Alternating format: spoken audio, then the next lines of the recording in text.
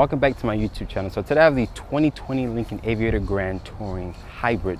This vehicle does compete against the Volvo XC90 Hybrid, but today we're going to be talking about just the Lincoln itself. So starting off under the hood here of the Hybrid, this has a 3-liter V6. It makes 494 horsepower, 630 foot-pounds of torque. It's paired with a 10-speed automatic transmission.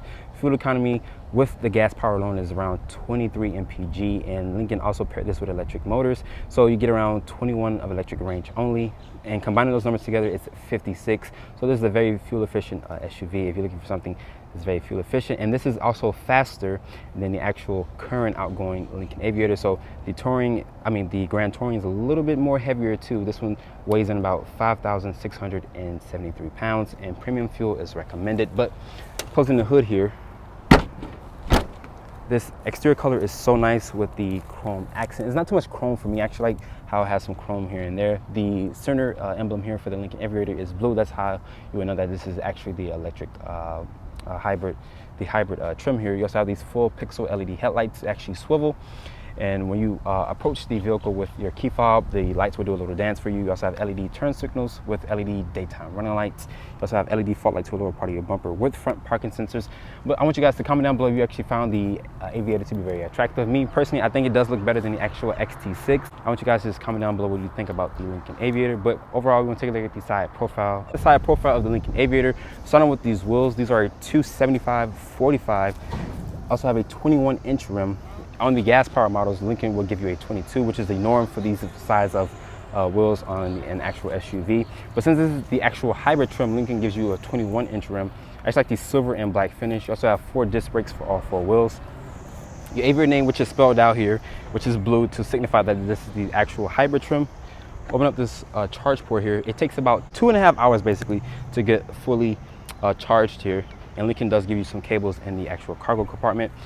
You also have this chrome mirror cap here with LED side markers, and my Tesla also comes with a panoramic sunroof to let additional light into this cabin. I can't wait to show you the actual interior because it's basically that cashmere, and it looks so nice and inside. But the door handles here, as you guys can see, they don't actually move. This like a touch sensitive pad here, and it also has the closed door function. And the car will lower and raise for you if you have the key fob and approaching the car. And like I mentioned, the lights will do like a little dance. Your wheelbase is 119 inches with the overall length of 199.3. But we're gonna take a look at the rear of the Lincoln Aviator. So at the rear of the Lincoln Aviator, you also have your Lincoln name, which is spelled out. A standard backup camera with a wash on it. So if the camera was dirty, it would basically, you just do it from the driver's seat. You shoot some water to clean that rear camera to show that nice, beautiful resolution camera. If you're lower part of the bumper here, you also have this chrome script, which I think is nice. It does go with the actual contrasting with the black and the chrome finish. Rear parking sensors, you also have quad exhaust, and this reflector, which is integrated into the bumper. You also have this taillight module, which wraps around the whole entire vehicle back here, which are full LEDs. Open up the lift gate back here. It is a power lift gate. With all seats folded up, you're getting around 18.3 cubic feet of space. When you fold everything down, you get 77.7. In the car, as you guys can see, it kind of just lowered just a little bit. So when you loading stuff, it will be a little easier. And Lincoln also gives you some underfloor storage here, so you can definitely put some stuff or basically hide anything.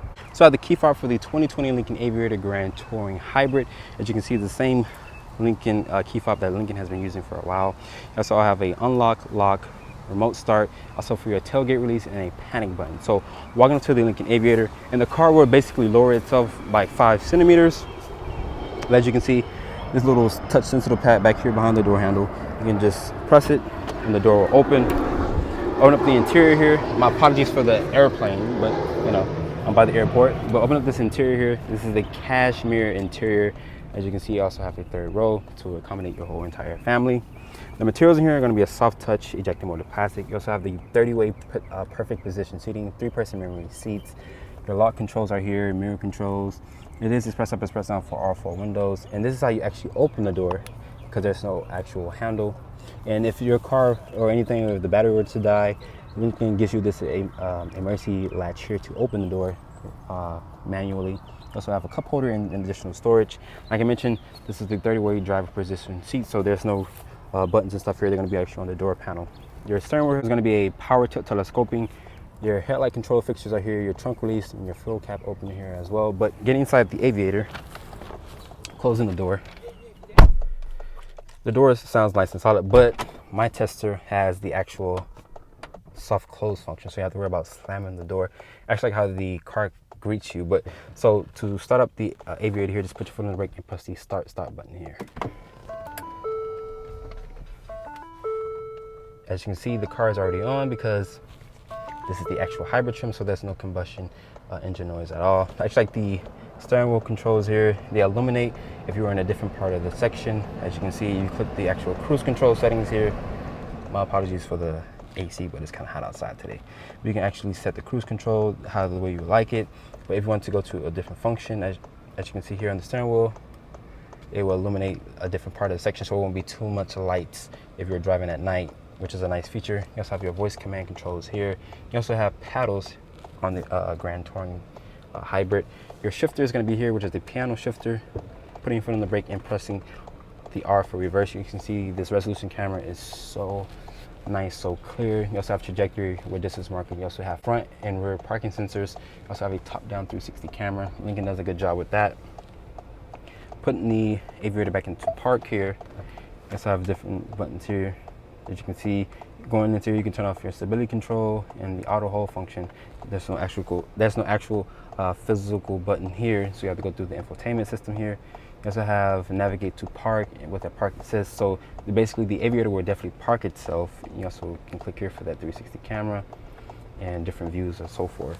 You also have tri-zone climate control here. You can also lock the rear from the up here from the driver's side, the driver's seat. You also have these nice aluminum style trim buttons here. It's like the dual climate control, heated steering wheel button, which is here, heated and cooled seats. Open up this compartment here. This is where you put your phone at.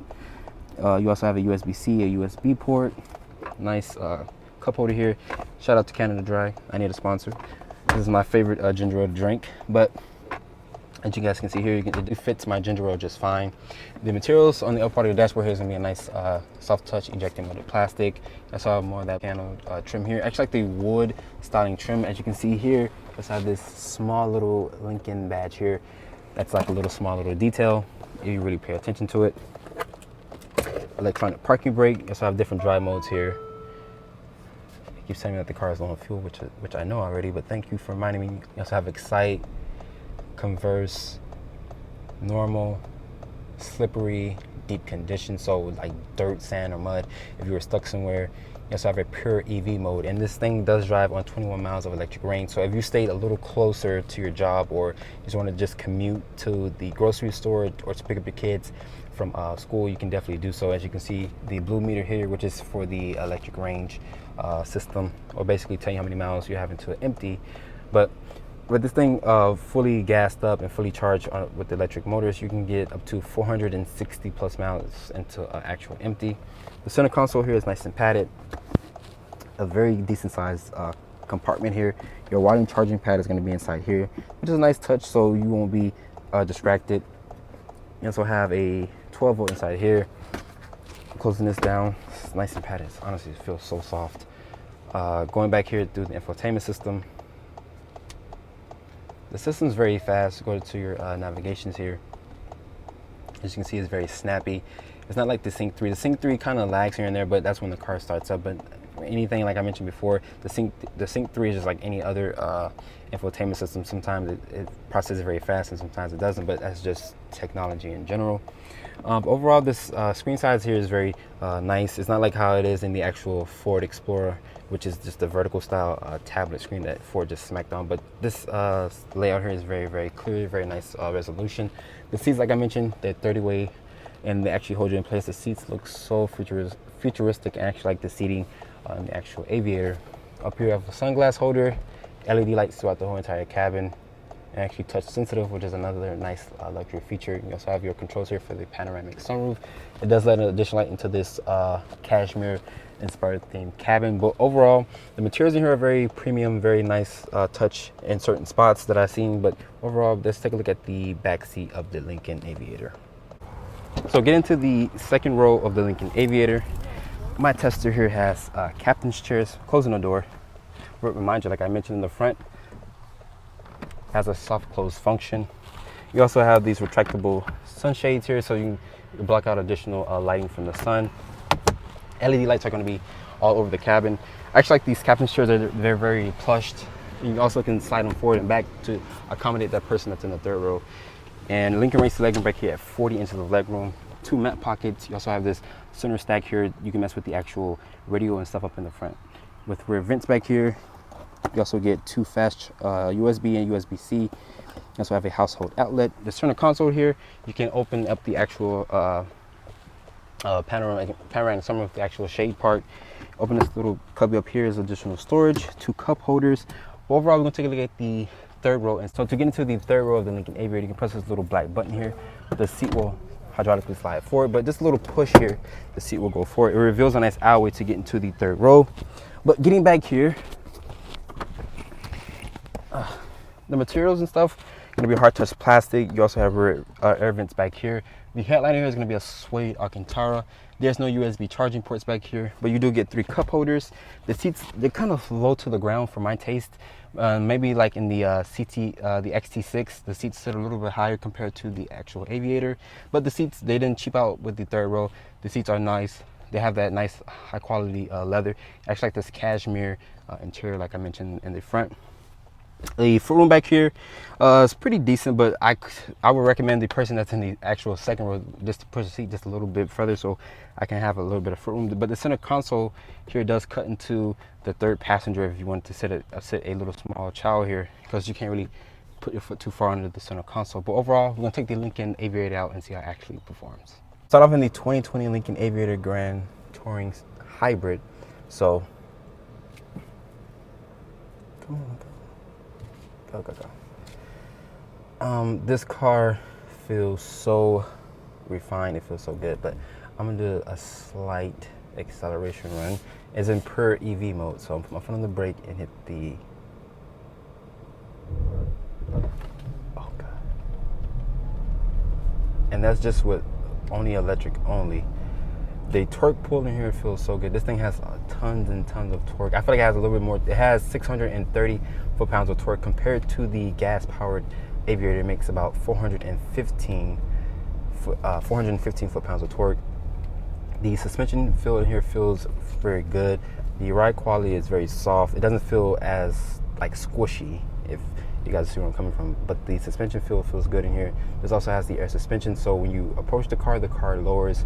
And the fuel economy is pretty good, 23 in the city. And with the electric motors alone, they make about 21. You can get about 21 of electric range. So give or take, put it together, you get about 56 mpg. So this SUV, the Aviator, is very fuel efficient when it comes to things like that. But just try to see if I could just do a slight little run. But it takes, to charge up the batteries, it takes 2.5 hours. I think that's pretty decent if you were at home. We can switch over to Excite. I'm just do Excite real quick. Put my foot on the brake and the throttle here. Oh god. This thing is very torquey, and mind you, I said 630 foot-pounds of torque. So the Aviator is very fast compared to the actual gas-powered model. So the gas-powered model gets about 415 foot-pounds of torque and 400 horsepower. So this makes about 94. It makes about 94 more horsepower. But let's put my foot on the gas right now.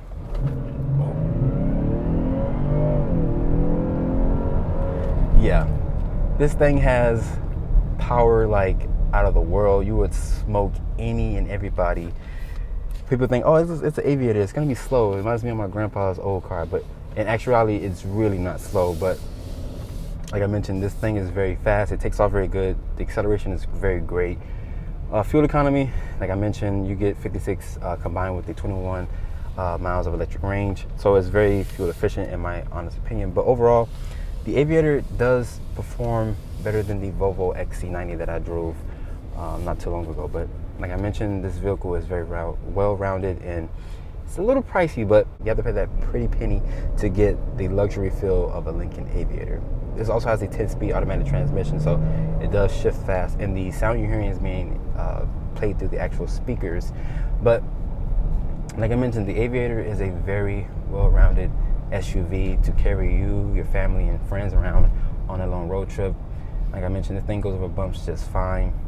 And it's not, you can't go wrong with the Lincoln Aviator. So after spending time with the Lincoln Aviator Grand Touring Hybrid, I'm very impressed by the actual powertrain, but it kind of sucks that Lincoln only limit the electric motors to only get 21 miles of electric range. So how much does a Aviator cost? This one starts at $87,800. This also has some additional equipment, which is the towing package, and also includes the destination. So this one stickers for $89,395. I'd like to give a special thanks to Chris for providing me with the vehicle. If you're on the market for a 2020 Lincoln Aviator Grand Touring Hybrid, you can come to Doral Lincoln and ask for Chris. And this is my full review on the 2020 Lincoln Aviator Hybrid. Make sure you guys follow me on Instagram at Driver Reviews, and please keep subscribing to my YouTube channel. I'll catch you all in the next video. So here on this, if you guys know how to, this is some bloopers. I'm gonna put this at the end of the video. At the end of my video, guys, this is all I hear. Every time I come over to film, it's a plane. I know we're by the airport, but still it's a plane. 1, 2, 3. So after spending time with the 2020 Lincoln Aviator Grand Touring Hybrid, this vehicle starts at, oh no, sorry.